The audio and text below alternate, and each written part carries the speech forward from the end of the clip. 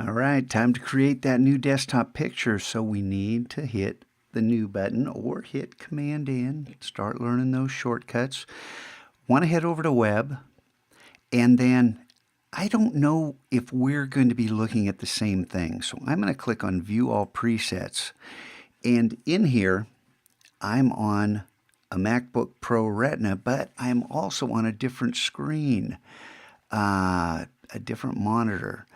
Here's the iMac 27. Do you have that?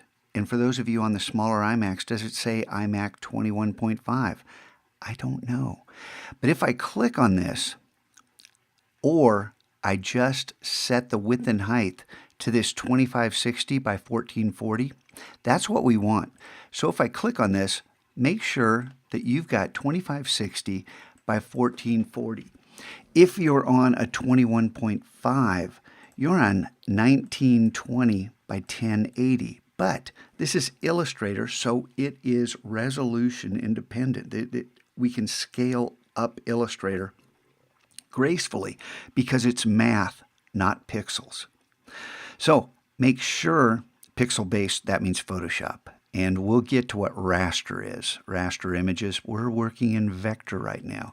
So I'm going to name this, and I told you guys name it, that your first Gravatar. I should have named your file, whatever the name is, and then 01. That would have been much more intelligent. Another bonehead move by Scotchko, because now we can have dPic 0, 2, 3, 4, 5. Of course, that's not very descriptive, and we'll work with it, okay? We'll grow together. Excuse me. Make sure your orientation is set, but the width and height are going to determine the size. Again, no bleeds. We're in RGB, and we'll just click Create. Now remember, if you're on a smaller computer, these numbers will work just fine for you, but pay attention when we save out our file at the end. So I'm going to go ahead and hit the letter F because I don't want to look at that tab, and then I'm going to hold down the space bar, move this over. If I can't see everything, hit Command 0, and that, of course, fills the screen. Command minus takes it down. Learn how to navigate around this. All of this is under View, and if you want to look here and find out how to do all this stuff, that's up to you. But I'm just going to hold down the space bar to get the hand tool and move this into the center of the screen so I can work. Remember, we're going to be working on multiple layers. We're going to be calling the bottommost layer background. Remember? And for right now, your background, hit return, is made with a rectangle. Now the rectangle needs to have no stroke whatsoever. If you want a white background that you can change later, make a white rectangle on this layer so you have something there and you learned how to do it. But a white background's kind of boring. If you feel exceptionally in the school spirit mood, FF6700, vibrant orange. We can go ahead and do that and come up just like in the desktop picture. I want you to use smart guides. If you don't know what smart guides are, you didn't pay attention to the videos. Bad things will happen. Go back. Make sure you understand. I'm going to come down till it intersects again. And then I have a perfectly sized. If I select this thing, you can see it is exactly the same size as my artboard.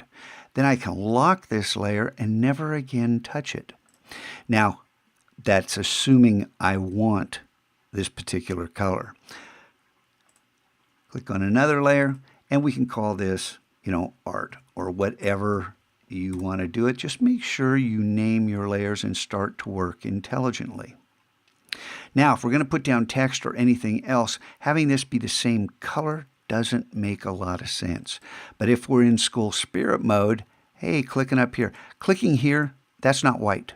That's not white. That's not white. How do I know? Well, I can see the HSB, I can see the RGB, and I can see the CMYK. And I can also see the hex code. And I know if I pull this all the way through the corner, that is white right there. Okay? We get 255s, all zeros, and all Fs. If this were black, we'd have all zeros. Hey, look, all zeros. That's not black. That's not black. That's not black. That's black. Get it? All right.